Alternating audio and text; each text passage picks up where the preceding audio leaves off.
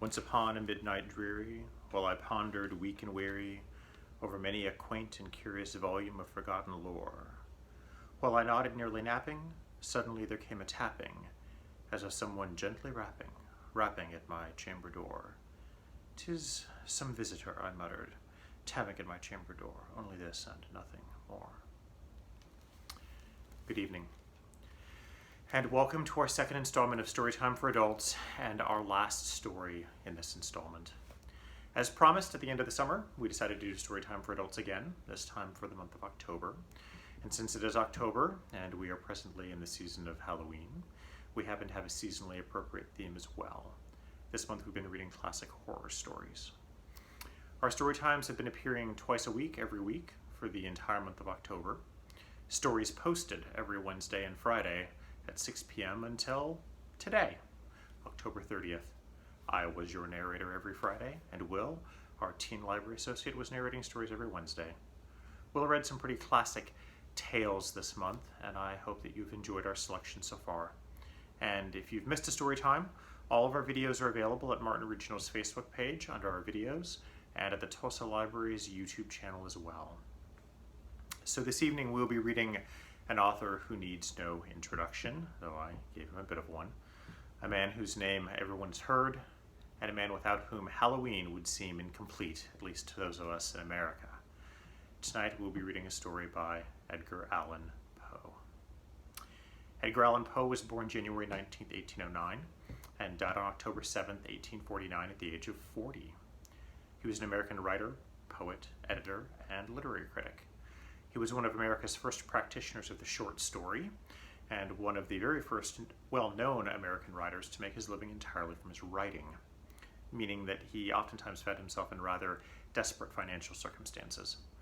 He is, of course, most well known for his poem, The Raven, but that and his entire body of work has proven to be massively influential, both for his own reputation and for others.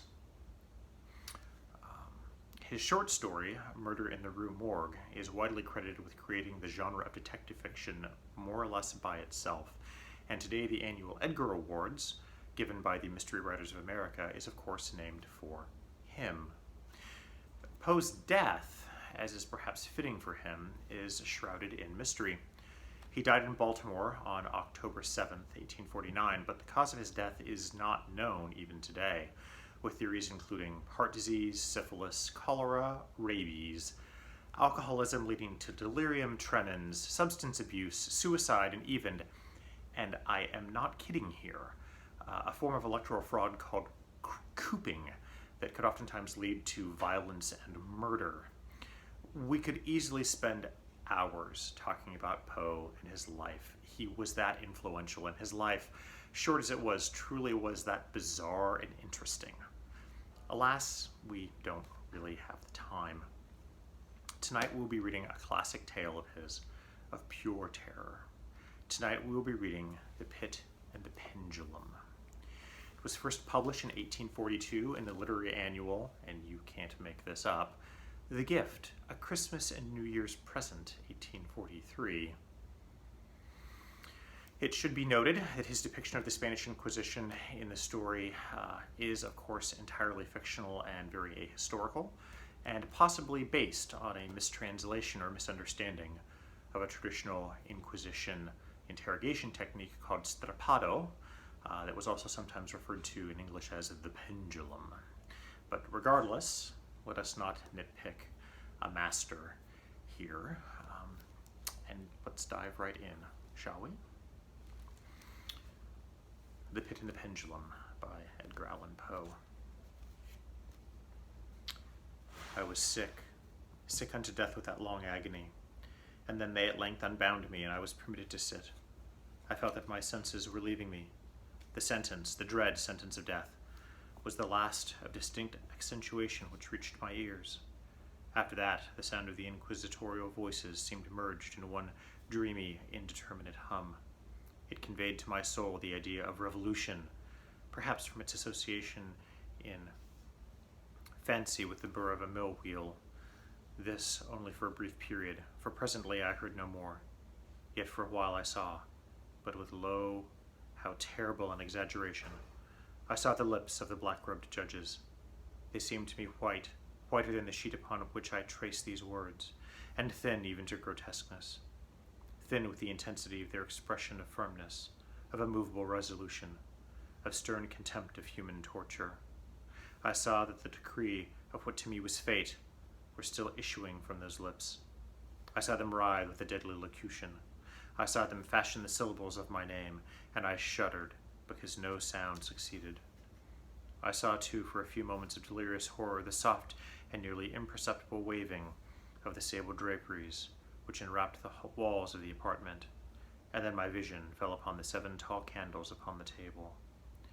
At first they wore the aspect of charity and seemed white, slender angels who would save me, but then, all at once, there came a most deadly nausea over my spirit, and I felt every fiber in my frame thrill as if I had touched the wires of a galvanic battery, while the angel forms became meaningless specters with heads of flame, and I saw that from them there would be no help. And then there stole into my fancy, like a rich musical note, the thought of what sweet rest there must be in the grave. The thought came gently and stealthily, and it seemed long before it attained full appreciation. But just as my spirit came, at length properly to feel and entertain it, the figures of the judges vanished, as if magically from before me. The tall candles sank into nothingness.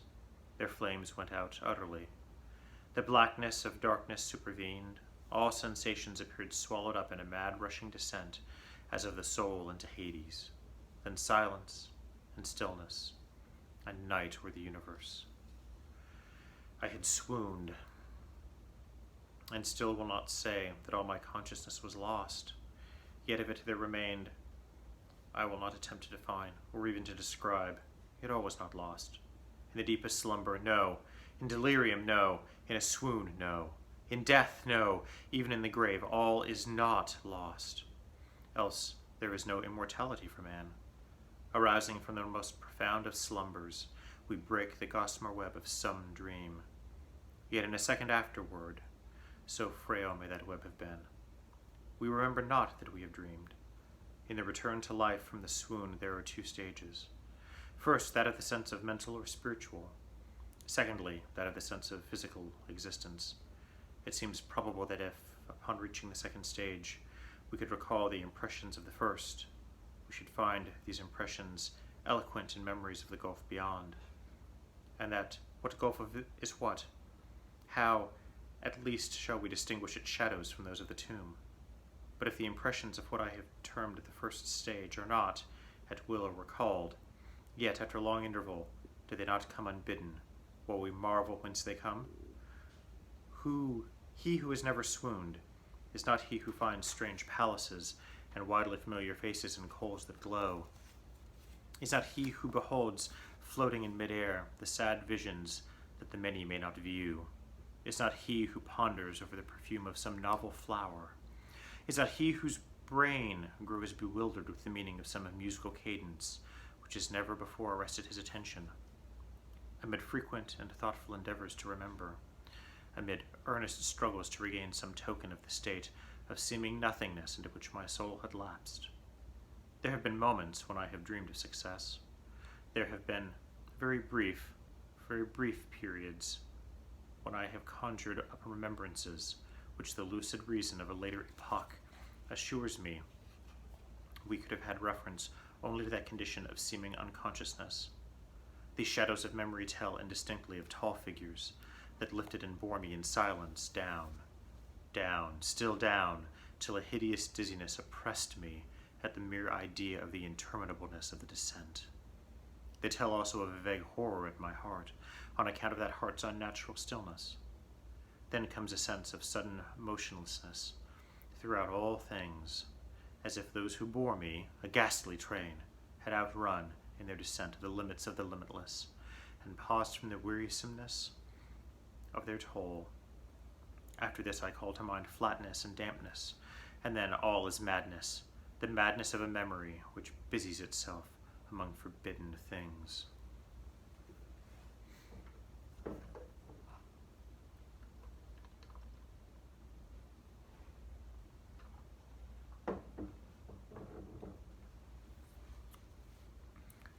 very suddenly there came back to my soul motion and sound, the tumultuous notion of the heart, and in my ears the sound of its beating. Then a pause in which all is blank. Then again sound and motion and touch, a tingling sensation pervading my frame. Then the mere consciousness of existence, without thought, a condition which lasted long. Then very suddenly, thought and shuddering terror, an earnest endeavor to comprehend my true state. Then a strong desire to lapse into insensibility. Then a rushing revival of soul and a successful effort to move. And now a full memory of the trial, of the judges, of the sable draperies and the sentence, of the sickness, of the swoon. Then entire forgetfulness of all that followed, of all that a later day and much earnestness of endeavor have enabled me vaguely to recall. So far I had not opened my eyes. I felt that I lay upon my back, unbound. I reached out my hand, and it fell heavily upon something damp and hard. There I suffered it to remain for many minutes, while I strove to imagine where and what I could be. I longed, yet dared not to employ my vision. I dreaded the first glance at objects around me. It was not that I feared to look upon things horrible, but that I grew aghast lest there should be nothing to see. At length, with a wild desperation at heart, I quickly unclosed my eyes. My worst thoughts then were confirmed. The blackness of eternal night encompassed me. I struggled for breath. The intensity of the darkness seemed to oppress and stifle me. The atmosphere was intolerably close. I still lay quietly and made effort to exercise my reason. I brought to mind the inquisitorial proceedings and attempted from that point to deduce my real condition. The sentence had passed, and it appeared to me that a very long interval of time had elapsed. Yet not for a moment did I suppose myself actually dead. Such a supposition, notwithstanding what we read in fiction, is altogether inconsistent with the real existence. But where and in what state was I? The condemned to death, I knew, perished usually at the auto de fe, and one of these had been held on the very night of the day of my trial. Had I been remanded to my dungeon to await the next sacrifice, which would not take place for many months? This, I at once saw, could not be. Victims had been in immediate demand. Moreover, my dungeon, as well as all the condemned cells at Toledo, had stone floors, and light was not altogether excluded. A fearful idea now suddenly drove the blood in torrents upon my heart, and for a brief period I once more relapsed into insensibility. Upon recovering, I at once started to my feet, trembling convulsively in every fiber. I thrust my arms wildly above and around me in all directions. I felt nothing, yet dreaded to move a step, lest I should be impeded by the walls of a tomb. Perspiration burst from every pore and stood in cold big beads upon my forehead. The agony of suspense grew at length intolerable, and I cautiously moved forward with my arms extended and my eyes straining from their sockets, in a hope of catching some faint ray of light. I proceeded for many paces, but still all was blackness and vacancy. I breathed more freely. It seemed evident that mine was not, at least, the most hideous of fates. And now, as I still continued to step cautiously onward, there came thronging upon my recollection 1,000 vague rumors of the horrors of Toledo, of the dungeons. There had been strange things narrated, fables I had always deemed them, but yet strange and too ghastly to repeat, save in a whisper. Was I left to perish of starvation in this subterranean world of darkness? Or what fate, perhaps even more fearfully, awaited me? That the result would be death, and a death of more than customary bitterness, I knew too well the character of my judges to doubt. The mode and the hour were all that occupied or distracted me. My outstretched hands at length encountered some solid obstruction. It was a wall, seemingly of stone masonry, very smooth, slimy, and cold. I followed it up, stepping with all the careful distrust with which certain antique narratives had inspired me. This process, however, afforded me no means of ascertaining the dimensions of my dungeon, as I might make its circuit and return to the point whence I set out, without being aware of the fact. So perfectly uniform seemed the wall. I therefore sought the knife which had been in my pocket when led into the inquisitorial chamber, but it was gone. My clothes had been exchanged for a wrapper of coarse serge. I had thought of forcing the blade in some minute crevice of the masonry so as to identify my point of departure. The difficulty, nevertheless, was but trivial, although in the disorder of my fancy, it seemed at first insuperable. I tore part of the hem from the robe and placed the fragment at full length and at right angles to the wall. In groping my way around the prison, I could not fail to encounter this rag upon completing the circuit, so at least I thought. But I had not counted upon the extent of the dungeon, or upon my own weakness. The ground was moist and slippery. I staggered onward for some time when I stumbled and fell. My excessive fatigue induced me to remain prostrate, and sleep soon overtook me as I lay. Upon awaking and stretching forth an arm, I found beside me a loaf and a pitcher with water. I was too much exhausted to reflect upon this circumstance, but ate and drank with avidity. Shortly afterward, I resumed my tour around the prison, and with much toil came at last upon the fragment of the surge. Up to the period when I felt I had counted 52 paces, and upon resuming my walk I had counted 48 more. When I arrived at the rag, there were all in all 100 paces, and admitting 2 to the yard, I presumed the dungeon to be 50 yards in circuit. I had met, however, with many angles in the wall, and thus I could form no guess at the shape of the vault, for vault I could not help supposing it to be. I had little object, certainly no hope, in these researches, but a vague curiosity prompted me to continue them. Quitting the wall, I resolved to cross the area of the enclosure. At first I proceeded with extreme caution, for the floor, though seemingly of solid material, was treacherous with slime.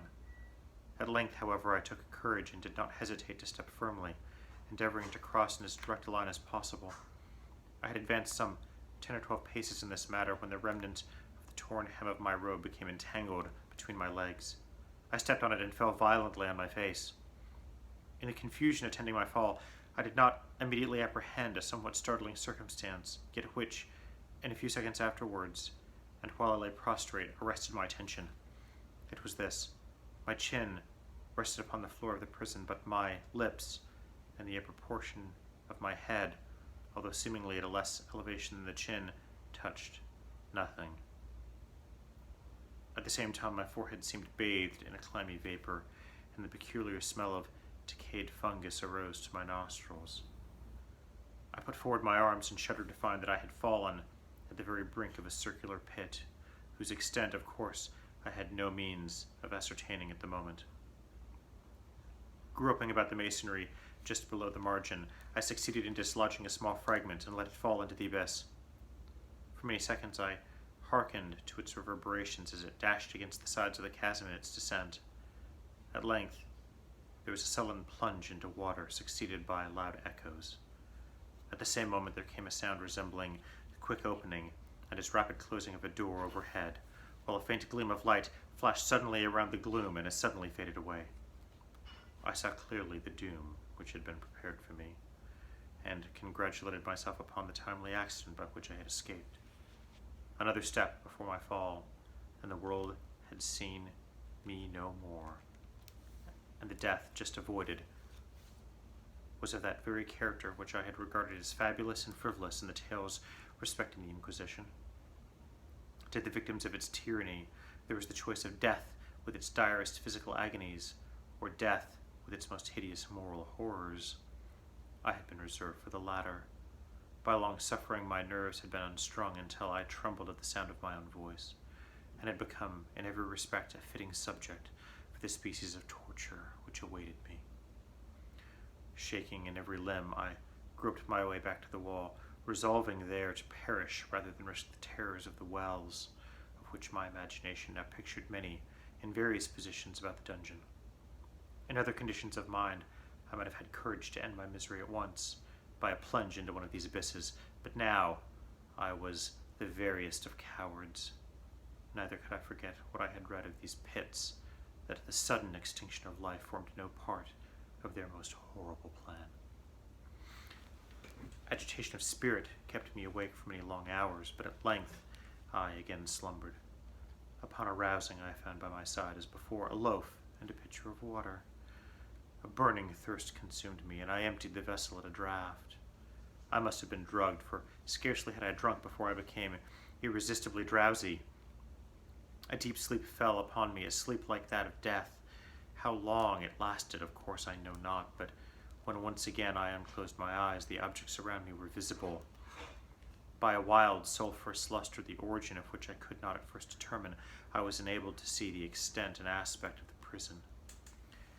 In its size, I had been greatly mistaken. The whole circuit of its walls did not exceed 25 yards. For some minutes this fact occasioned me a world of vain trouble. Vain indeed, for what could be of less importance under the terrible circumstances which environed me than the mere dimensions of my dungeon. But my soul took a wild interest in trifles, and I busied myself in endeavors to account for the error I had committed in my measurement. The truth at length flashed upon me. In my first attempt at exploration, I had counted 52 paces, up to the period when I fell. I must then have been within a pace or two of the fragment of serge. In fact, I had nearly performed the circuit of the vault. I then slept, and upon awaking, I must have returned upon my steps, thus supposing the circuit nearly double what it actually was. My confusion of mind prevented me from observing that I began my tour with the wall to the left and ended it with the wall to the right. I had been deceived, too, in respect to the shape of the enclosure. In feeling my way, I had found many angles, and thus deduced an idea of great irregularity, so potent is the effect of total darkness upon one arousing from lethargy or sleep. The angles were simply those of a few light depressions or niches at odd intervals. The general shape of the prison was square. What I had taken for masonry seemed now to be iron or some other metal in huge plates whose sutures or joints occasioned the depression. The entire surface of this metallic enclosure was rudely daubed in all the hideous and repulsive devices to which the charnel superstition of the monks has given rise. The figures of fiends and aspects of menace, with skeleton forms and other more really fearful images, overspread and disfigured the walls. I observed that the outlines of these monstrosities were sufficiently distinct, but with the colors seemed faded and blurred, as if from the effects of a damp atmosphere. I now noticed the floor, too, which was of stone. In the center yawned the circular pit from whose jaws I had escaped, but it was the only one in the dungeon.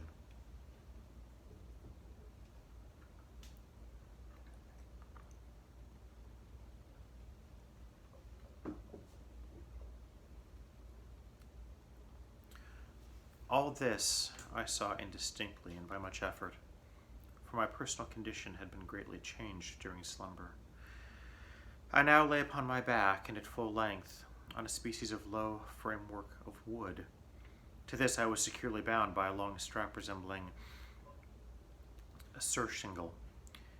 It passed in many convolutions about my limbs and body, leaving at liberty only my head and my left arm to such extent that I could, by dint of much exertion, supply myself with food from an earthen dish which lay by my side on the floor.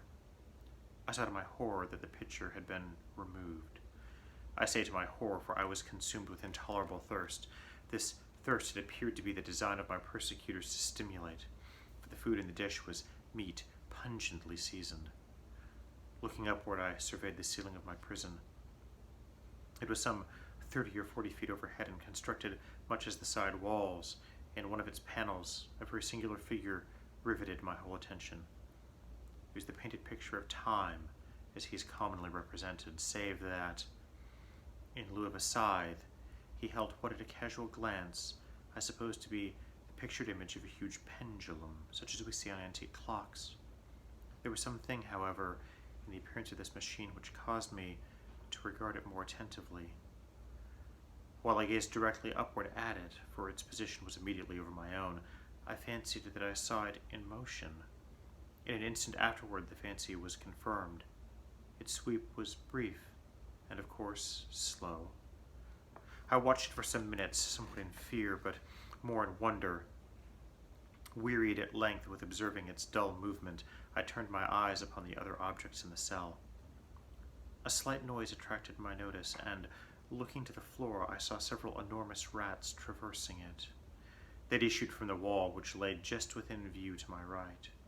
Even then, while I gazed, They came up in troops, hurriedly, with ravenous eyes, allured by the scent of the meat. From this, it required much effort and attention to scare them away. It might have been half an hour, perhaps even an hour, for I could take but imperfect note of time, before I again cast my eyes upward. What I then saw confounded and amazed me. The sweep of the pendulum had increased in extent by nearly a yard. As a natural consequence, its velocity was also much greater, but what mainly disturbed me was the idea that it had perceptibly descended. I now observed with what horror it is needless to say that its nether extremity was formed of a crescent of glittering steel, about a foot in length from horn to horn, the horns upward, and the under edge evidently as keen as that of a razor. Like a razor also, it seemed massy and heavy, tapering from the edge onto a solid and broad structure above. It was appended to a weighty rod of brass, and the whole hissed as it swung through the air. I could no longer doubt the doom prepared for me by monkish ingenuity in torture. My cognizance of the pit had become known to the inquisitorial agents, the pit whose horrors had been destined for so bold a recusant as myself, the pit typical of hell and regarded by rumors as the ultima thule of all their punishments. The plunge into this pit I had avoided by the merest of accidents, and I knew that surprise or entrapment into torment formed an important portion of all the grotesqueries of these dungeon deaths. Having failed to fall, it was no part of the demon plan to hurl me into the abyss, and thus, there being no alternative, a different and a milder destruction awaited me. Milder! I half smiled in my agony as I thought of such applications of such a term. What boots it to tell of the long hours of horror, more than mortal, during which I counted the rushing vibrations of the steel, inch by inch, line by line, with a descent only appreciable in intervals that seemed ages. Down, and still down it came. Days passed, it might have been with many days passed, ere it swept so closely over me as to fan me with its acrid breath. The odor of the sharp steel forced itself into my nostrils. I prayed, I wearied heaven with my prayers for its more speedy descent. I grew frantically mad and struggled to force myself upward against the sweep of the fearful scimitar. And then I fell suddenly calm, and lay smiling at the glittering death, as a child at some rare bauble. There was again another interval of utter insensibility. It was brief, for upon again lapsing into life, there had been no perceptible descent in the pendulum, but it might have been long. For I knew there were demons who took note of my swoon, and could have arrested the vibration at pleasure. Upon my recovery, too, I felt very, inexplicably sick and weak, as if through long inanition, even amid the agonies of that period. The human nature craved food. With painful effort, I outstretched my left arm as far as my bonds permitted, and took possession of the small remnant which had been spared me by the rats. As I put a portion of it within my lips, there rushed to my mind a half-formed thought of joy, of hope. Yet what business had I with hope? It was, as I say, a half-formed thought. Man has many such which are never completed. I felt that it was of joy, of hope, but I felt also that it had perished in its formation. In vain I struggled to perfect, to regain it. Long suffering had nearly annihilated all my ordinary powers of mind. I was an imbecile, an idiot. The vibration of the pendulum was at right angles to my length. I saw that the crescent was designed to cross the region of the heart. It would fray the serge of my rope. It would return and repeat its operations again and again. Notwithstanding its terrifically wide sweep, some 30 feet or more, and the hissing vigor of its descent, sufficient to sunder these very walls of iron, still the fraying of my rope would be all that, for several minutes, it would accomplish. And at this thought I paused. I dared not go farther, than this reflection. I dwelt upon it with a pertinacity of attention, as if in so dwelling I could arrest, hear the descent of the steel. I forced myself to ponder upon the sound of the crescent as it should pass across the garment, upon the peculiar thrilling sensation which the friction of cloth produces on the nerves. I pondered upon all this frivolity until my teeth were on edge. Down, steadily down it crept. I took a frenzied pleasure in contrasting its downward with its lateral velocity. To the right, to the left, far and wide, with the shriek of a damned spirit. To my heart, with the stealthy pace of a tiger. I alternately laughed and howled as the one or the other idea grew predominant. Down, certainly, relentlessly down. It vibrated within 3 inches of my bosom. I struggled violently, furiously to free my left arm. This was free only from the elbow to the hand. I could reach the latter from the platter beside me to my mouth with great effort, but no farther. Could I have broken the fastenings above the elbow, I would have seized and attempted to arrest the pendulum. I might as well have attempted to arrest an avalanche. Down, still, unceasingly, still inevitably down. I gasped and struggled at each vibration. I shrunk convulsively at its every sweep. My eyes followed its outward or upward whirls with the eagerness of the most unmeaning despair. They closed themselves spasmodically at the descent. Although death would have been a relief, oh, how unspeakable! Still, I quivered in every nerve to think how slight a sinking of the machinery would precipitate that keen, glistening axe upon my bosom. It was hope that prompted the nerve to quiver, the frame to shrink. It was hope, the hope that triumphs on the rack, the whispers of the death-condemned, even in the dungeons of the Inquisition.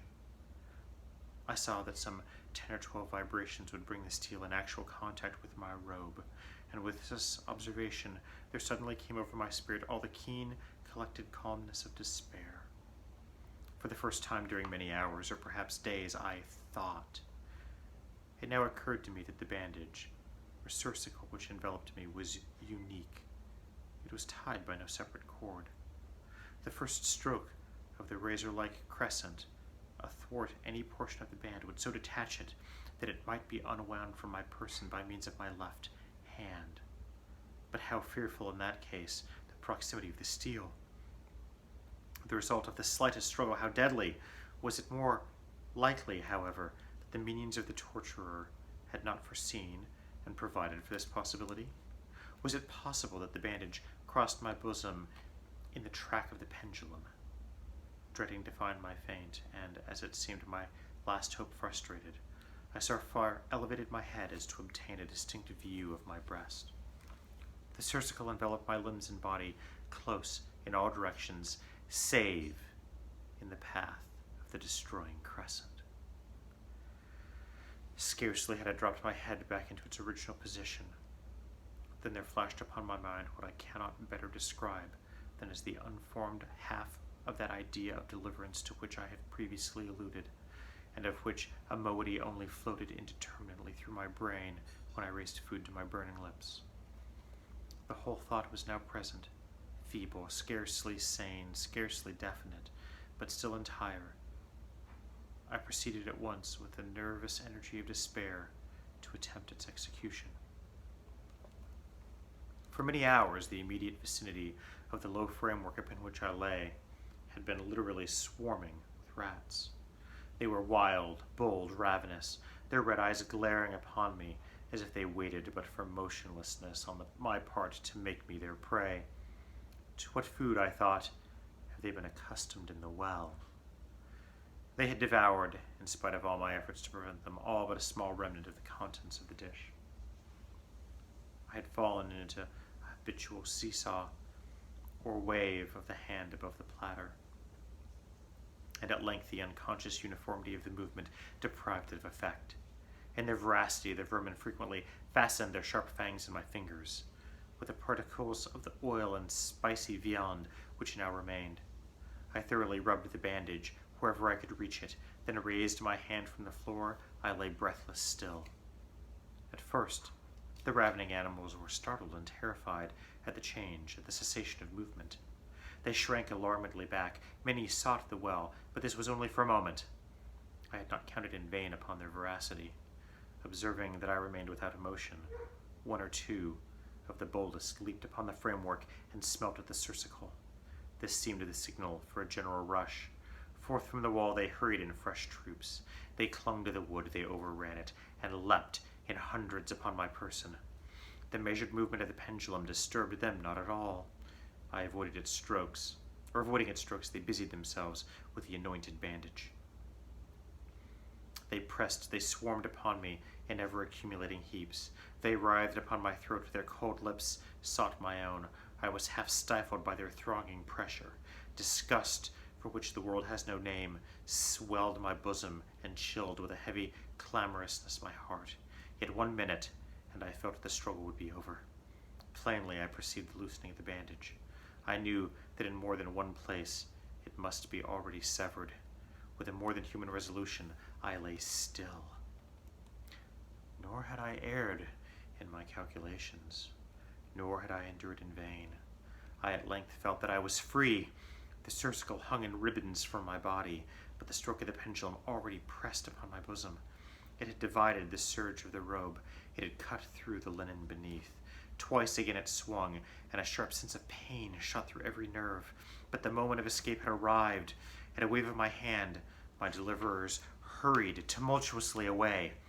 With a steady movement, cautious, sidelong, shrinking and slow, I slid from the embrace of the bandage, and beyond the reach of the scimitar. For the moment, at least, I was free. Free, and in the grasp of the Inquisition.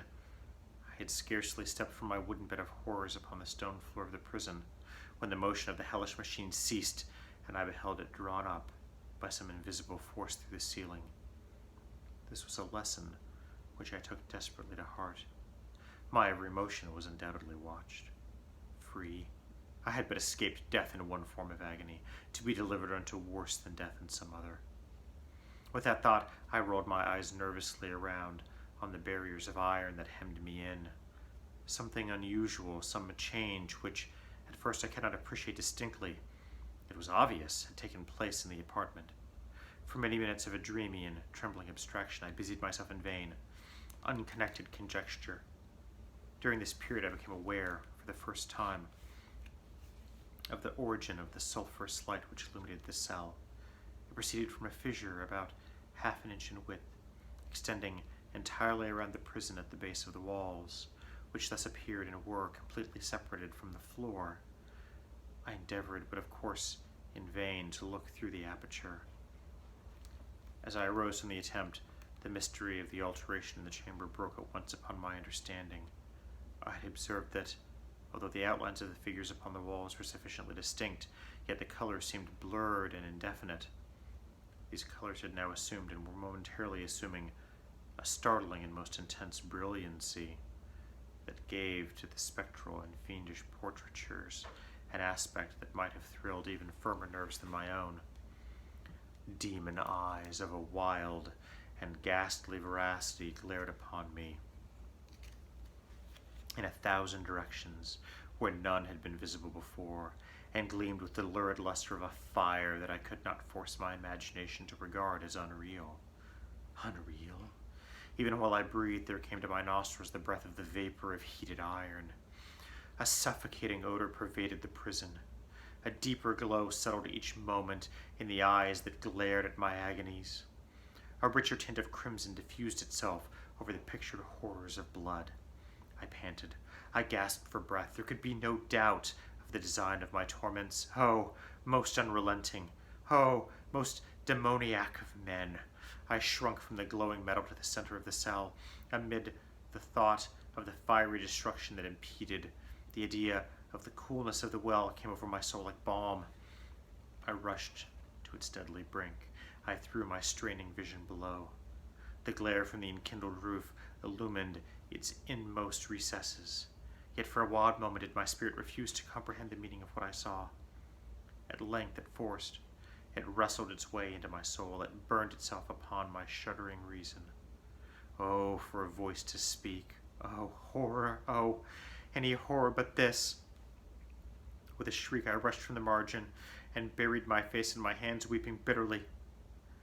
The heat rapidly increased, and once again I looked up, shuddering as with a fit of ague.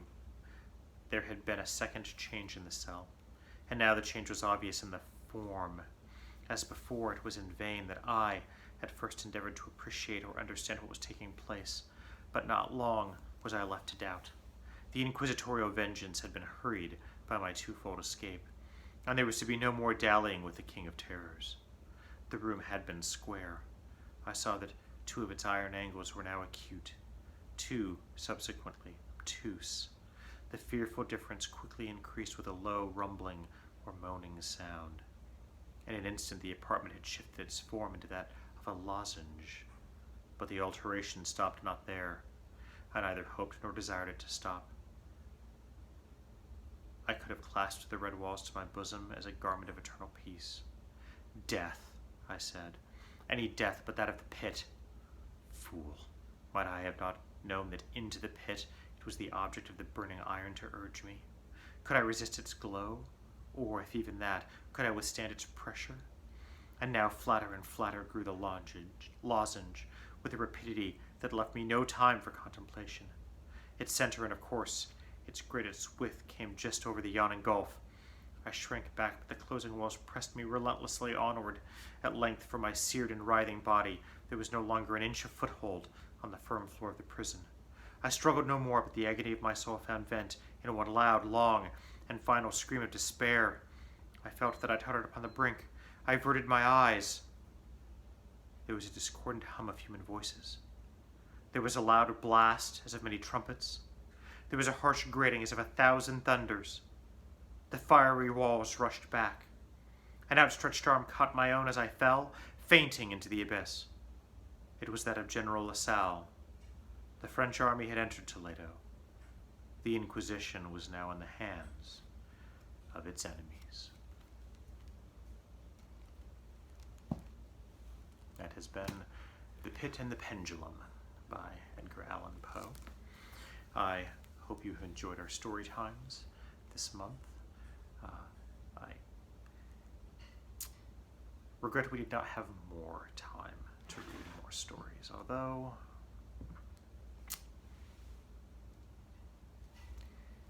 if you turn in tomorrow,